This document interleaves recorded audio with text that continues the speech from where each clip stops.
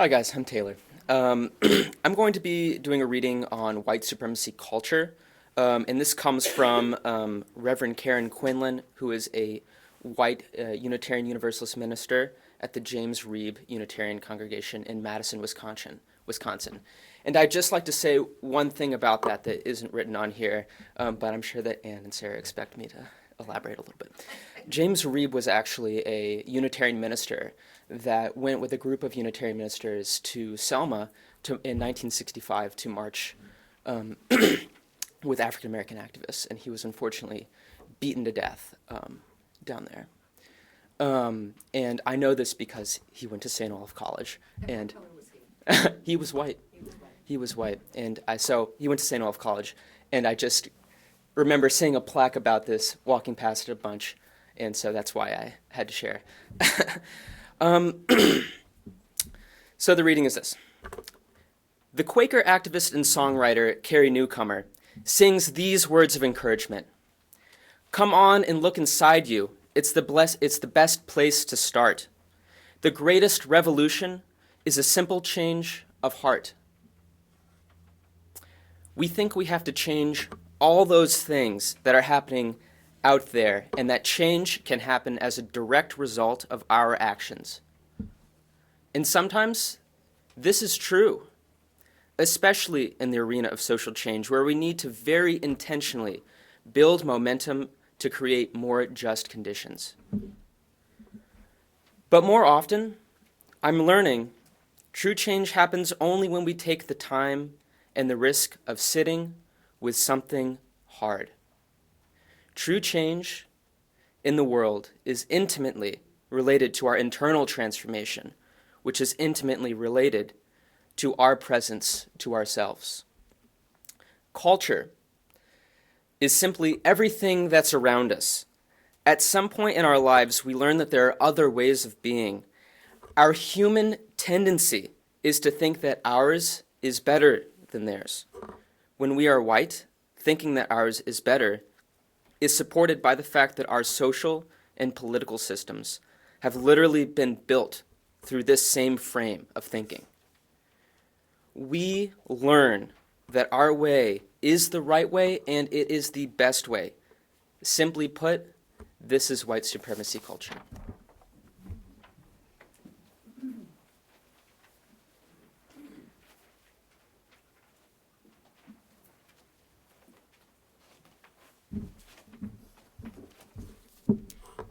This poem, The Nod, is also from Adam Lawrence Dyer. You've seen it. Two black men pass each other on the street. They nod. Subtle, sometimes imperceptible, but there is acknowledgement. Do you know him? No. Yes. No. I learned this from my father and my grandfather and my other grandfather and my uncles and my great-uncle and from every other black man in early life. Once, as a teenager, I didn't do it, and I was verbally accosted from behind. Don't you ever forget, I'm all you've got. I've never forgotten since. These days it gets harder. I walk through those places where armies of broken black men inhabit the corners and wander aimless and beaten. When I cross their paths, I look for acknowledgement, the one that says, we are valid, we are real, we have a place, we have a family. You are all I've got. When it doesn't come, obscured by drugs and desperation, or more often from just trying to live as a part of this grand experiment called America, pressed down, shot at, torn apart, stolen from, talked about and not to, criminalized and caricatured, part of me dies. The younger brother passes without it. It is generational too. Fewer and fewer young people are making this contact. I wonder if they really feel safe, so safe that they don't need this kind of community. Not just with skin color, but feeling no need to recognize each other for any reason. Maybe they're afraid because they see me as unknown. My God, we don't even recognize each other. Maybe we aren't teaching them that the struggle isn't over, that time hasn't healed a wound that opens over and over again, that this simple acknowledgement, this nod, was once all we had, and still, like it or not, may be all we've got.